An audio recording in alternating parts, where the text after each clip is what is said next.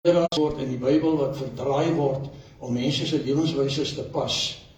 En ja, ons sien, ons hoor dit gereeld en is nodig dat ons self as Christene vir die mense moet wys wat behels ons geloof. En ek wil eers vanoggend staan en ons gaan dit doen by die opsê van die geloofsbelijdenis. Andre, kan jy vir ons opsit asseblief?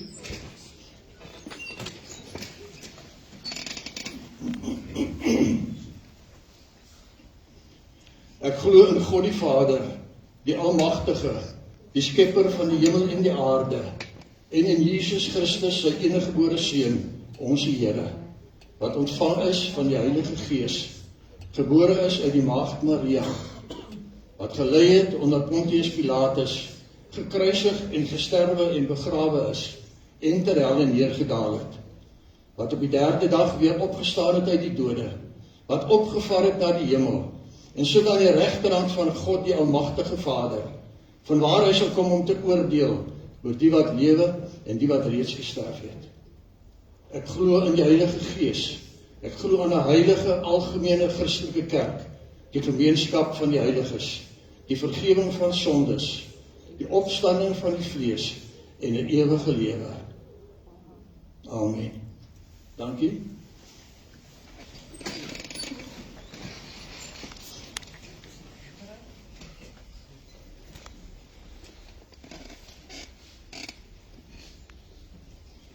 Ons thema vir ons gaan dan nog 'n paar liedjies sing.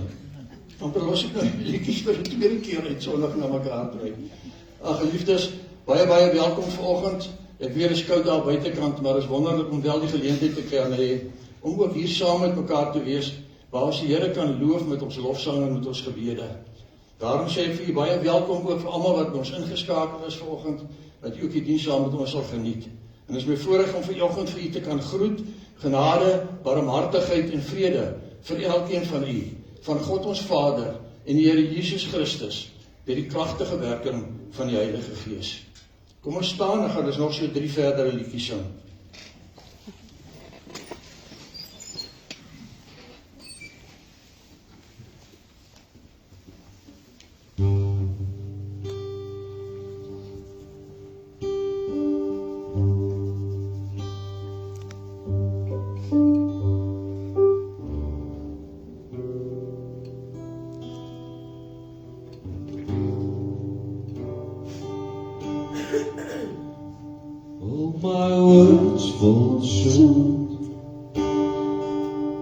I've got nothing new. How could I express all my gratitude? I could sing these songs as I often do. Every song I sing, and you never do. So I throw up my hands, I praise you again and again. So all that I have is a hallelujah, hallelujah. And I know it's not much, it's nothing else fit for a king, except for a heart singing hallelujah, hallelujah.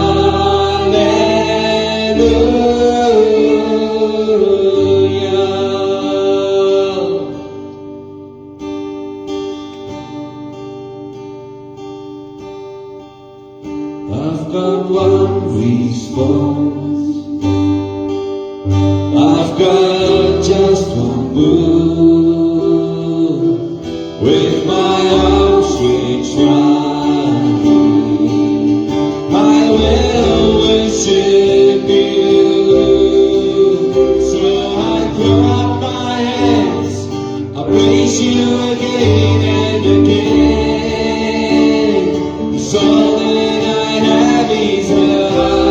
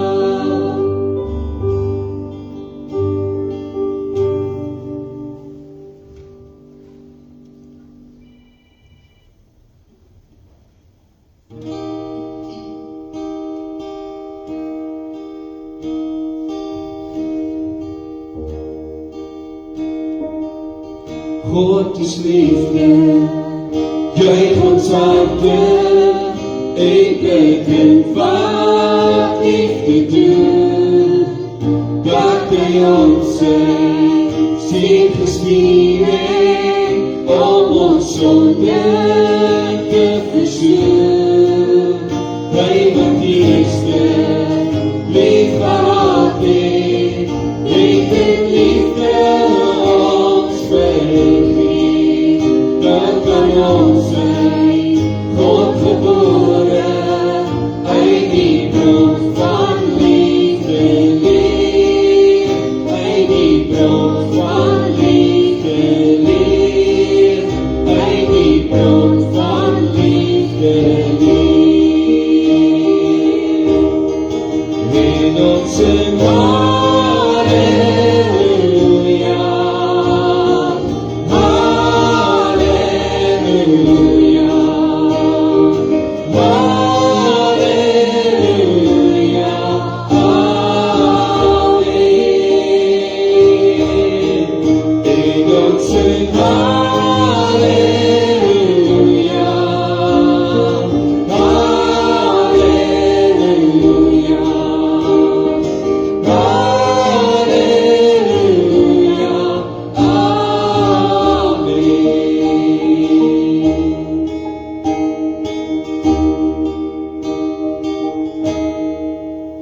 hy wat die eerste lief gehad het, het in liefde ons vergeet.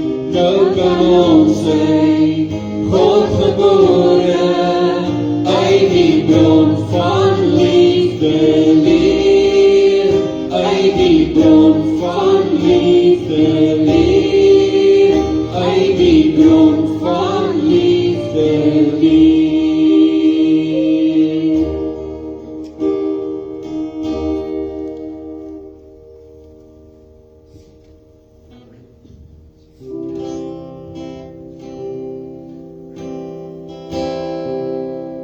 Kom ons Skepper Gees,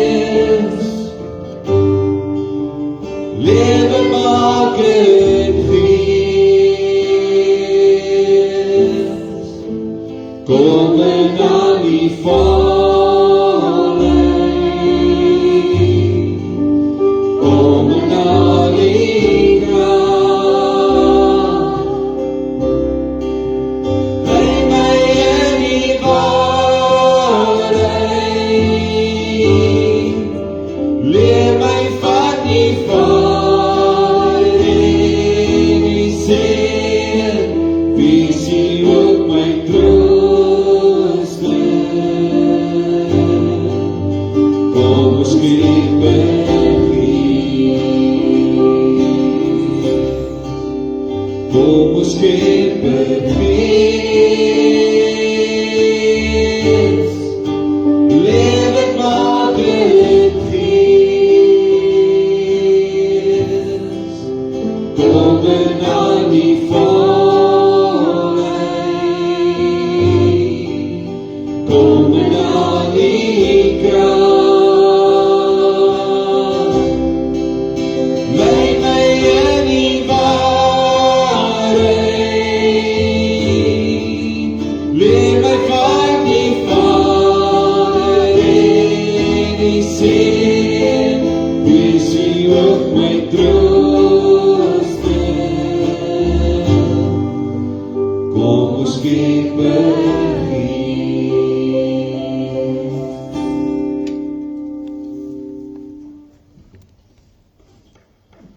Here, onze Here, hoe wonderbaar is U naam bo alle name. Hoe wonderbaar is die werke van die hande, dat selfs die natuur daar buitekant gehoorsaam is, wanneer U stem gehoor word. Here, spreek tot ons ook in hierdie oggend, dat die boodskap ook helder en duidelik tot elkeen van ons sal deurdring. Dat ons kan vasstaan in die geloof en kan weet, Here, U is met ons elke dag van ons lewe. Maak nie saak wat hierdie wêreld teen ons gooi nie. U is reeds daar. Daarom hoef ons die dag van môre nie te vrees nie. Want Here, U is met ons en by ons. U sal ons lei, Here, deur elke probleem en elke krisis wat oor ons pad mag kom. En ons loof en prys U daarvoor in Jesus naam. Amen. Kan my plek inneem?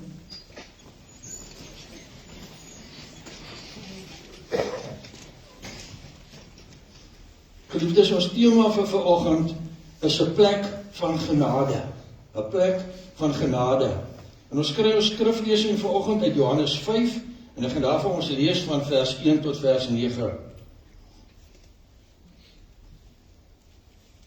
Hierna was daar weer 'n fees van die Jode en Jesus het daarvoor Jerusalem toe gegaan. By die skaappoort in Jerusalem was daar 'n bad met die Hebreëse naam Bethesda. Dit het 5 pilaar ingange gehad, waar daar baie gestremdes gelê het, blindes, krepeles en lammes. Onder hulle was daar 'n sekere man, wat al 38 jaar lank siek was. Jesus het hom sien lê, en het geweet, dat hy al baie lank siek was. Toe vra hy vir hom, wil jy gesond word? Die sieke het hom geantwoord, meneer, ek het niemand om my in die bad te sit, as die water in beweging kom nie. En terwyl ek aansukkel daarin, gaan iemand anders voor my in. Jesus sê vir hom, staan op, tel jou goed op en loop. Onmiddellik het die man gesond geword, sy goed opgetel en geloop. Dit was 'n Sabbatdag. Die Jode sê toe vir die man wat genees is, dit is 'n Sabbatdag, jy mag nie jou goed dra nie. Tot sover. Kyk onmiddellik wat die reaksie van die Fariseërs daar was. Hulle sien hierdie geweldige wonderwerk wat daar plaasgevind word, maar hulle vind eerder fout met daardie man, want dit is 'n Sabbat, jy mag nie jou klere optel en loop nie. Hy wat op daai oomblik daai wonderwerk beleef het, en dit kon gesien het, en wat het gebeur is so gereeld. As ons kyk na die stad van Jerusalem, want dis die stad wat hierna verwys word, dan is dit seker die mees bekende stad in die hele Israel. Die koningsstad is waaraan dit verwys word. Dit is 'n stad waar koning Salomo in opdrag van God vir hom 'n tempel gebou het. 'n Geweldige, groot, indrukwekkende plek, wat nooit weer elders op die wêreld verskyn het nie. En God het gesê dat as jy daai tempel vir my bou, dan sal ek self in daai tempel neerdaal, en ek sal julle God wees, en julle sal my volk wees.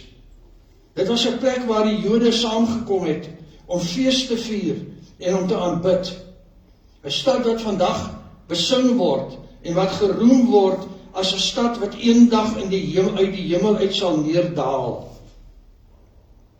So daar is 'n groot verwagting nog, by alle mense reg oor die wêreld, wat Christene is, dat dit eendag gaan gebeur, want dis die woord van die Here sê, daai stad Jerusalem sal eendag uit die hemel uit neerdaal, 'n nuwe stad.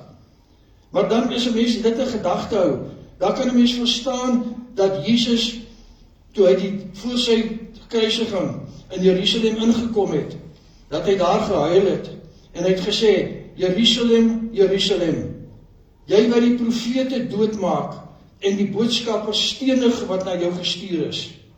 Hoe dikwels wou ek jou kinders bymekaar maak, soos 'n hen haar kuikens onder haar vlerke bymekaar maak, maar julle wou nie luister nie.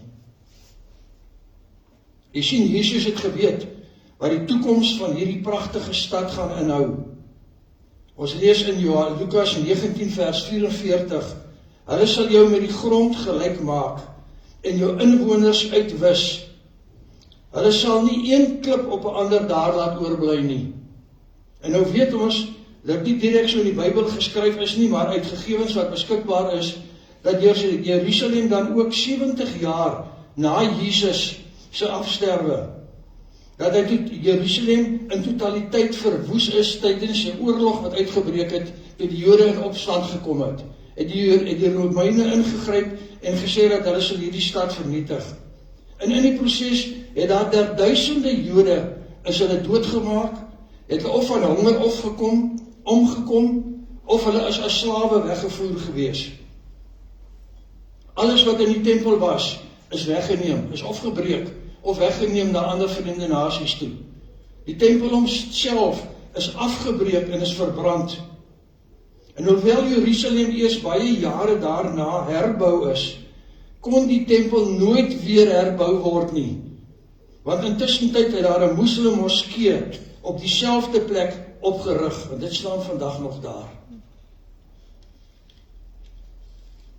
Na al die jare nadat die Israeliete begin terugkom het na die stad Jerusalem toe, en hulle het weer begin bewoon het, is daar baie uitgrawings gedoen, in en om Jerusalem.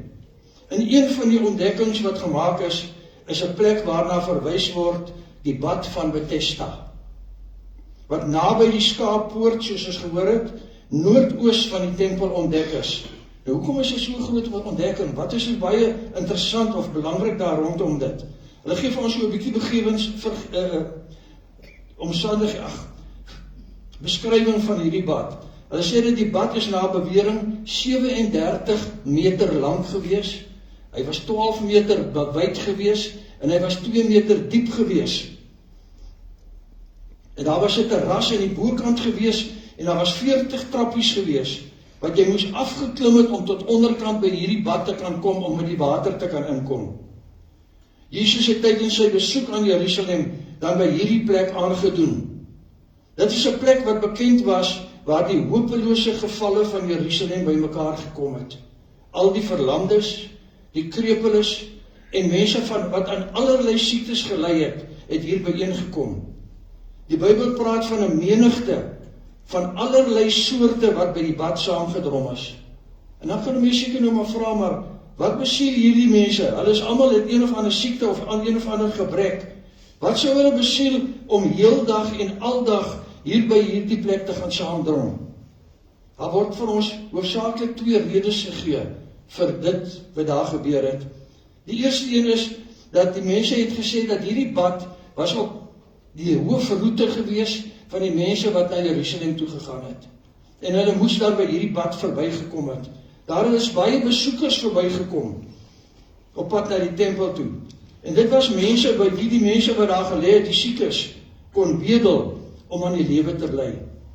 Die tweede en waarskynlik die belangrikste rede was dat daar van tyd tot tyd iets wonderbaarliks by hierdie bad gebeur het. Want daar het 'n bonatuurlike openbaring plaasgevind van 'n engel wat die water geroer het. Daar word nie vir ons aangedui hoe gereeld dit gebeur het of op watter tye dit gebeur het nie. So hierdie arme mense kon nie gaan beplan het of gesê het, maar ek gaan nou maandag of dinsdag of op hierdie dag en op daai tyd gaan ek na hierdie bad toe vir ingeval dit geroer gaan word nie, want hulle het nie geweet wanneer dit gaan gebeur nie. So hulle het die hele dag en elke dag van hulle lewe het hulle daar gaan lê met die hoop dat dit gaan gebeur daar op daai stadium wanneer hulle self daar teenwoordig is. Sommige mense het beweer dat dit waarskynlik minerale water is wat uitgeborrel het uit fonteine wat onder die bad geleë was, wat besondere minerale bevat het, genesende kwaliteite gehad het. Navorsing het egter gewys dat dit nie waar is nie, want daar was geen fonteine in die omgewing van Jerusalem nie.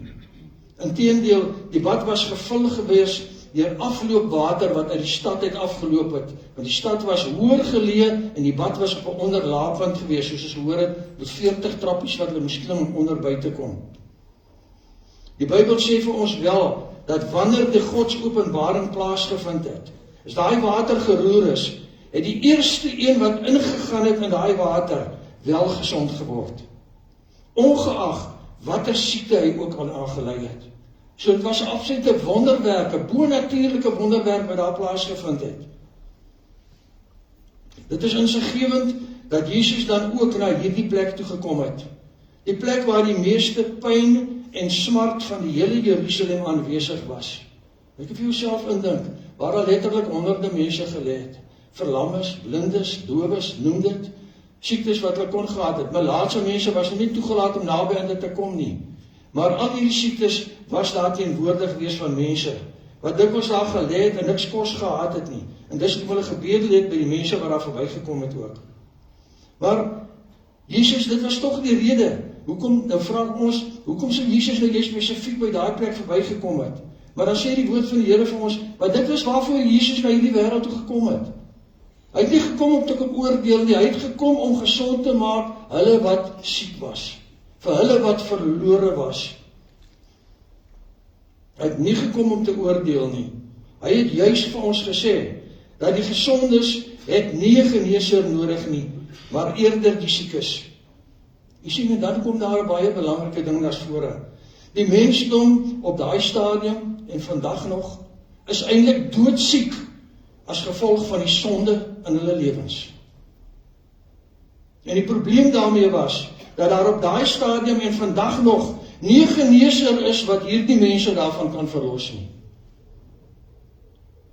Doodsiek vanweë die sonde. Want die woord van die Here sê vir ons, die loon van die sonde is die dood.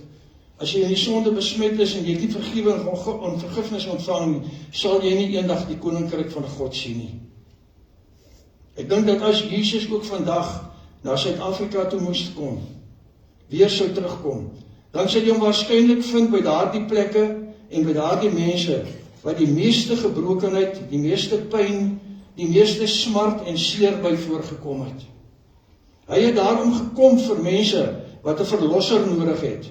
Hy het wat 'n geneesheer nodig het, 'n vertrooster wat hulle oneindig sou lief hê. En hy het die heeltyd beskikbaar gewees. God was bewus van hierdie dinge, en hy was bereid gewees, voortdurend bereid gewees en beskikbaar gewees om iets daaraan te doen.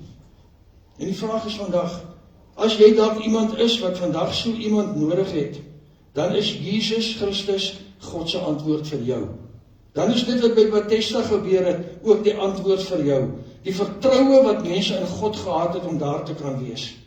'n plek waar Gods openbaring van tyd tot tyd plaasgevind het. Ek en jy hoef nie hieroor te wonder hoe waar dit is en hoe groot die plek was en hoeveel genesings daar plaasgevind het nie. Want God het sy manier waarop hy mense aanraak.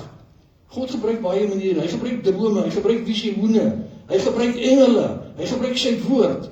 Maar God is altyd daar op een of ander manier om in te gryp wanneer ons hom nodig het. Wat my besonder tref hiervan, is dat hierdie mense juis na hierdie plek toe gekom het. En mense sou eerder verwag het dat hulle dalk na die tempel toe gaan. Hierdie hoogs aangeskrewe plek waar God gesê het waar hy self sal wees. Maar dan weet ons dat dit afgebreek is agterna, dat daai tempel vandag nie meer bestaan nie. Maar dat hulle in daai tyd afgegaan het na die bad toe, omdat dit daai wonderwerke daar plaasgevind het. Mense het gedink dat hulle eerder na die huis van die Here, na die tempel toe sou gaan, en dat daar by die tempel meer wonderwerke sou plaasgevind het, want God was mos daar teenwoordig. Die tempel was juist die plek waar hulle hulp kon kry. Wat ek het egter gelees van die tempel in die Nuwe Testament, is egter nie so vleiend nie, is egter nie so positief nie. Want ek leer in die woord van die Here, dat mense na die tempel toe gegaan het daar, om te gaan geld maak. Handelaars, geldwisselaars, wat mense ingedoen het. Tot op so 'n mate dat wie Jesus daar opdaag, hy hulle sweep gevleg het, en hulle uitgejaag het, en die verkopers se gelde en sy tafels omgegooi het. Maar hulle was daar gewees, by die tempel van alle plekke. Ek lees nie dat die by hierdie tempel baie Gods openbaringe daar plaasgevind het nie. Maar daar was tog 'n plek in hierdie stad, waar daar hoop was. Al was dit net 'n vae hoop. Want hierdie man het al 38 jaar hier gelê, sonder dat hy in die water kon gekom het. Daar was tog 'n plek in Jerusalem, waar daar vir die hopeloses 'n stukkie hoop was. Want God het homself van tyd tot tyd hier geopenbaar. Want niemand sou vir 38 jaar hier lê, as daar geen hoop vir hom was, vir verlossing en redding nie. Bethesda, die naam daarvan, beteken huis van barmhartigheid, huis van genade. Hierdie plek het vir mense deur die jare 'n plek van genade geword, waar hulle God se liefde kon en sy goedheid kon ervaar het. En ek glo vandag, broer en suster, van harte, dat die Here wil hê, dat sy kerk, sy gemeentes, vandag in ons dorpe en in ons stedes, moet wees wat Bethesda in Jerusalem was. 'n plek van genade. Die plek waar barmhartigheid gevind kan word. 'n plek waar mense kan heen gaan met die hoop dat God hom daaraan hulle sal openbaar. Want as God nie die water in daai bad geroer het nie, het daar niks gebeur nie. So werk dit dikwels in die kerk ook. As daar nie 'n openbaring van God is nie, as mense nie iets van die Here beleef daar nie, met 'n verwagting daar is nie, dan is dit ook maar eintlik net 'n gewone byeenkoms. Ek het al so gehoor dat mense baie keer sal sê, ek kom maar net so wel vandag by die huis gebly het, want ek het geen boodskap vandag gekry nie. Maar geliefdes, as jy nie opgaan na die huis van die Here met die verwagting in die hart dat God met jou gaan praat nie, dat jy daar iets geestelike voedsel gaan kry nie, dan gaan jy waarskynlik daar uitstap en sê, maar ek het my tyd vandag eintlik gemis. Die vraag wat ek en jy as gelowiges vandag aan onsself moet vra, die gemeente van ons, is dit ons passie, ons begeerte, dat dit 'n plek sal wees waar die Here vir hopeloses hoop sal gee, waar die verlorenes verlos kan word, soos die Bybel sê waarvoor Jesus gekom het, om die slawe vry te maak, om siekes gesond te maak. Miskien moet ons ook dalk vra dat die Here ons sal help, dat ons eie lewens as Christene, ons huise ook Bethesda sal wees, sodat ons in die samelewing waar ons ook al bekend mag wees, en ons kerk bekend is, dat dit as plekke sal wees waar mense kan heen gaan, om te ervaar wat Bethesda vir 'n lam man beteken het. Die Bybel sê vir ons dat die een wat eerste in die water ingegaan het, wanneer die water geroer het gesond geword. As 'n persoon op ander tye ingegaan het, kan daar niks gebeur nie. En dit werk ook so in die kerk vandag. Dit werk ook so tussen die gelowiges, tussen die kinders van God. Dat God is altyd die een wat eerste werk. As God nie beweeg het nie, kan ek en jy ons eie uitdoen wat ons wil, maar daar sal niks bonatuurliks gebeur nie. Aan die ander kant is dit ook waar, dat as die Here die water nie roer nie, as hy nie die inisiatief neem nie, en niemand gaan in hierdie water in nie, dan het niemand gesond geword nie. Die Bybel, reg deur die Bybel was dit so, by God se hande werk. Daar is altyd die goddelike kant, want die Here het altyd eers sy hand uitgesteek na mense toe. Hy neem die inisiatief, en ek en jy kan net daarop reageer. Maar as ek nie antwoord nie, as hy my roep en ek kom nie, as hy my beveel en ek gaan nie, dan is alles te vergeefs, en dan sal daar niks gebeur nie. As ons oortuig is dat die Here praat met ons, waar ook al is, by ons huise, by ons werksplek, by die kerk, as ons sy seën in ons lewens wil ervaar, is dit belangrik dat ons oë en ons ore moet oop wees, dat ons ingestel moet wees om te weet dat die Here met ons praat, dat ons sy stem sal herken, en dat ons nie sal val vir die leuns en die dwaalleringe wat vandag verkondig word nie. Wanneer die Here werk, is dit tyd vir ons om te beweeg, om haastig te beweeg, om te antwoord. Hy roep, dan kan ons verseker wees dat God se seën op ons sal wees. Of dit gaan oor die saligheid of oor genesing, as die Here beweeg, is dit tyd vir my en jou om te antwoord. Onthou, ek het gepraat van die trappies, daar bo van die terras af, wat geloop het tot onder by die water. Johannes 5 vers 6 sê vir ons, toe Jesus hom sien, het hy geweet dat hy al lang tyd daar gelê het en dat hy verlam was. En dis vir my 'n wonderlike troos vandag, dat God ons Vader ook weet van al ons krisisse, van al ons probleme, van al die dinge wat vir ons voel ons raak te groot vir ons. Maar dan het ons die vertroue in hom om te kan weet, maar God is ook gereed om ons te help op die regte tyd. Maar dan kom Jesus en hy vra vir hierdie man, wil jy gesond word? Wil jy regtig gesond word? En as jy mense nou na die vraag kyk, dan dink jy ook by jouself, maar joh, dis daarom 'n verkeerde vraag om te vra. Hoe kan jy vir 'n man vra of jy gesond wil word, terwyl jy weet dat hy al so 38 jaar verlam is en by hierdie bad lê? Maar die Here het 'n goeie rede gehad om dit te vra. Want in werklikheid, as hy regtig gesond wou word, sou hy sekerlik probeer het om nader na daai waterbad toe te beweeg het. Hy het daar bo bly lê.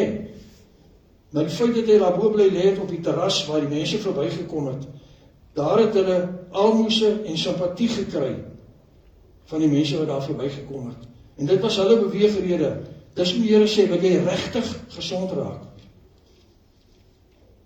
En daarom is dit nodig dat wanneer ons om genesing bid, wil jy regtig, is die vraag ook, wil jy regtig gesond raak? Ek kan onthou, ek het eendag 'n besoek gaan aflê by 'n gesin, en aan die einde van die besoekie, het die oom vir my gesê, André, sê jy sal nie vir my bid spesiaal. Ek sê, ja, oom, waaroor kan ek vir jou bid? Hy sê, ek is verslaaf aan rook. Sal jy vir my bid dat die Here my sal red van hierdie gewoonte? En ek sê vir hom, oom, maar het jy self al vir die Here gebid om jou te genees van hierdie verslawing van jou? Ja, sê hy. Ek sê, oom, maar weet jy wat? Wil ek amper vra, as jy die Here vir daai man gevra het, wil jy regtig gesond raak? Want as jy regtig gesond wil raak, en ek bid tot God, dan moet ek zeer sekerlik 'n geloof in hierdie God hê, dat hy my gaan help. Wat soek hy pakkie sigarette daar langs jou bank? 'n Backup. So as God nie antwoord nie, dan het ek daarom nog 'n pakkie sigarette. As ek regtig gesond wil word, dan moet ek dit wys deur my doen en late, en dan sal God reageer. Maar nou kom Jesus verder en hy sê vir hierdie man, of die man antwoord vir Jesus en hy sê, ek het niemand om my in die water te sit, as die water geroer word nie. Ek dink hierdie woorde behoort 'n weerklank in jou en my harte te kry. Dit behoort ons om rustig te maak. Want broer en suster, dalk is daar van ons wat hier so sit, wat familie en vriende in ons lewens het, wat ook daai gevoel het. Ek kan na niemand toe gaan om my te help nie. Ek is daar op die afdraande pad.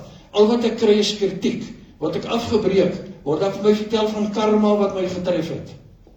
Here, ek het niemand nie.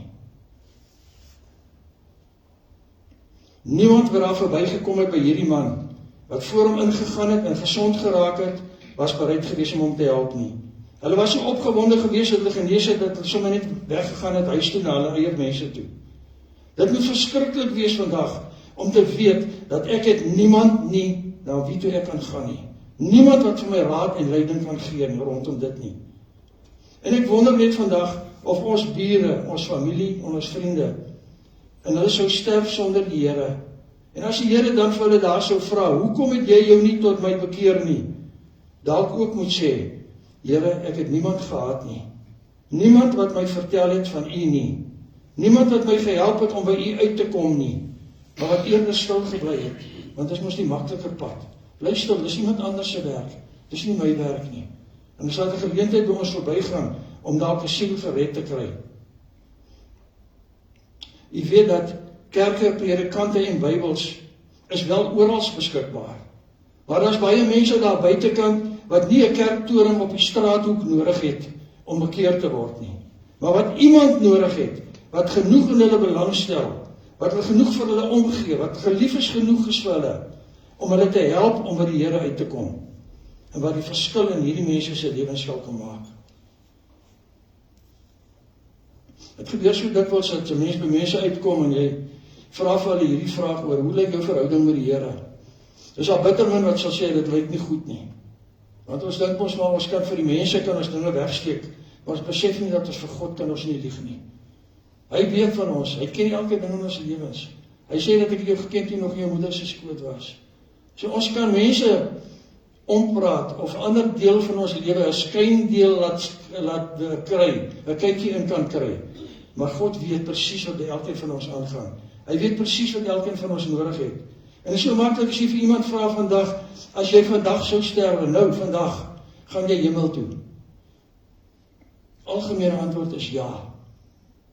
Want dit is maar ook die maklike antwoord. Maar as jy dan vir hierdie persoon sou vra, hoekom sê jy so? Dan kom jy by die antwoorde uit. Want ek is 'n goeie mens. Ek doen goeie dade. Ek gee my 10de vir die kerk. Ek gaan gereeld kerk toe. Maar waarop word die klem dan gelê? Word jou verlossing se klem gelê, kom God die eer toe, of kom dit na jou toe wat lyk asof jy so 'n goeie mens is? Ou Engels weet ek het altyd gesê, it's not good people that goes to heaven, it's believers. En dit is die vraag wat ek en jy vir onsself moet vra vandag. Is ons geloof so sterk dat ons vandag onvoorwaardelik kan sê, Here, as my tyd is vandag om te moet gaan, Here, dan is ek gereed.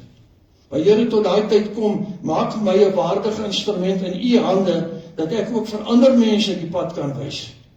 Dat ek ook die tyd en die geleentheid wat U vir my gee, sal benut ten volle. Want dit stel so maklik uit. Dit is so maklik sê, ag nee, wat jy weet, ek weet daai persoon het 'n probleem, maar ek sal maar liewerste môre of oormôre gaan. En dan sterf daai persoon in tussentyd. En nou daar is siel verlore gegaan, ons het nie weer uitgekom nie. Of as ons eie families wat nou nader aan ons is dit baie keer geneig om te sê, maar ek gaan nie daarbey betrokke raak nie, want dan trap ek op mense se tone. Daar's 'n onmin in die familie. Sê ek bly liewerste stil. Nou wat gaan ek en jy antwoord? As ek en jy die dag voor die troon van God staan, en daai persoon staan hier langs aan, en ek moet hoor, Here, ek het niemand gehad om vir my te help nie. En ek weet in my hart, dat ek het die tyd gehad. Ek wou net nie die tyd maak nie. Ek het net nie genoeg omgegee nie. Genoeg uitgereik en lief gehad vir iemand anders, om te sien, dat daardie persoon ook eendag die heerlikheid van die hemel sal beleef nie. Geliefdes, my gebed vir jou en myself vandag, is dat die Here ons sal lei, sodat die mense met wie ons in kontak kom vandag, of dit nou vriende, kollegas of families is, nooit eendag vir die Here hoef te sê, ek het niemand gehad om my na U toe te lei nie. Kom ons onderneem vandag, dat het tyd geword het, dat ek en jy iemand word vir iemand. En dat dit nie daar sal bly nie, maar dat dit ook nie 'n geval sal wees, waar ons maar op die kantlyn staan, en aan die einde van die dag is eintlik niemand vir enigiemand nie. Ons maak 'n punt daarvan. Die lewe is so kort. Die lewe hardloop ons verby. En dis die grootste, waardevolste ding wat ons eintlik nog in ons lewe vandag het, is die tyd wat God ons gun om op hierdie aarde te wees. Kom ons benut daai tyd werklik, om te verseker dat mense wat dalk verlore geraak het, mense wat dalk glad nie van die Here gehoor het nie, mense wat ergens langs die pad by sig geraak het, dat ek en jy 'n middel sal wees om vir hulle op die regte pad te kan bly. Mense sê so maklik wanneer jy rondom dit praat, rondom hierdie ding, ek kan nie praat nie. Maar er staan 'n mens verwonderd as jy kom by partytjies of by sportbyeenkomste en jy sien dat daai selfde persoon spring in die lug op en hy gil en hy skree en hy gaan te kere. Dan gee hy nie om wat die mense sê nie.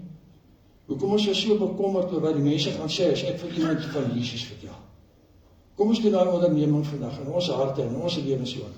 Dat ook hierdie gemeente en alle gelowiges eendag sal kan staan en kan sê, Here, ek het die tyd benut wat U vir my gegee het. Ek dank U daarvoor. Kom ons dank die Here daarvoor vandag ook. Liefdevolle genadige Heer en Hemelvader, Here Jesus, U het self toe U Jerusalem ingekom het, daar op die rug van 'n donkie, en die skares het geskree, Hosanna, Hosanna vir die Seun van God. En hulle wil die Fariseërs hulle wou stil gemaak het U gesê dat sal stil bly die klippe dit uitroep.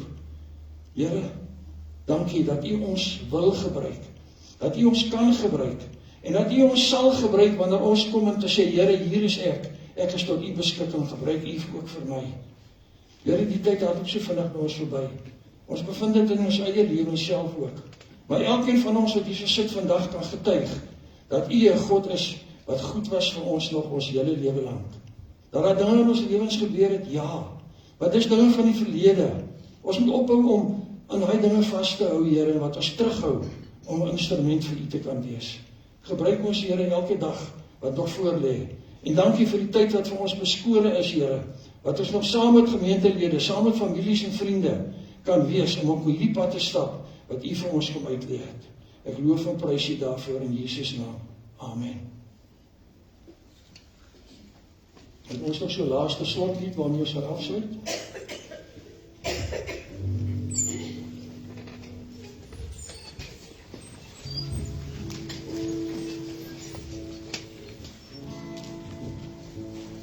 Die U genade val my nooit nie, en al my dag is ek veilig in U hand. Die oomblik wat ek opstaan, tot ek weer gaan lê, sal ek sing van van die goedheid van God. Een lewe lang is hy getrou, een lewe lang is hy net so groot. Dat was wat ek hoor het, sal ek sing van die goedheid van God.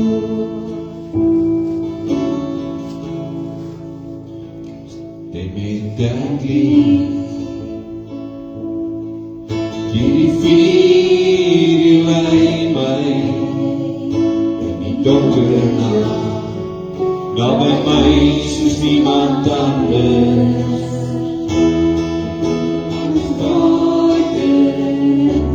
Ken my as 'n vriend, en ek leef in die goedheid van God.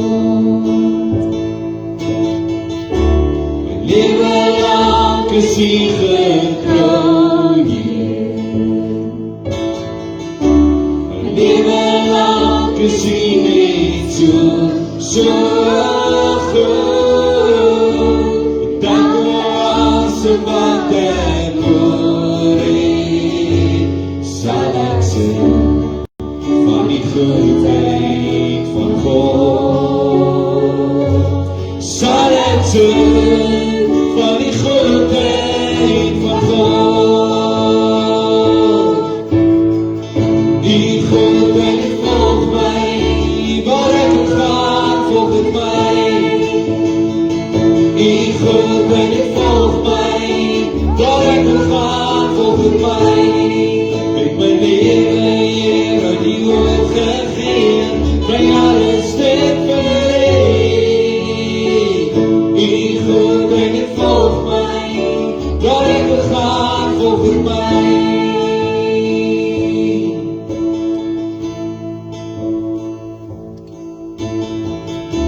My lewe lang is hy getrou, my lewe lang is hy net so groot. Dat was wat ek hoor het, sal ek sing van die goedheid van God.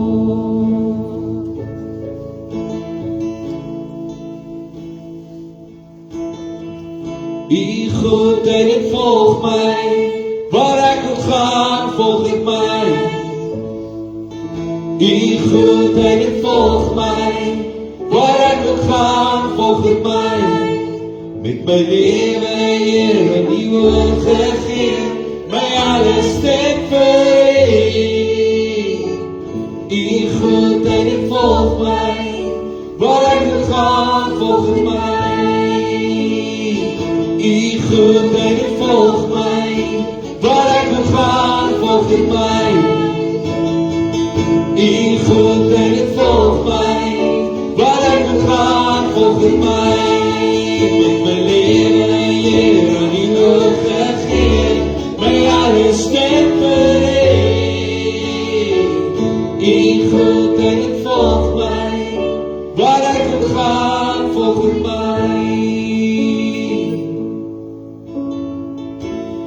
Lewe lang is hy getrou, my lewe lang is hy net so groot. Dat was wat ek hoor het, sal ek sing van die goedheid van God. Sal ek sing van die goedheid van God.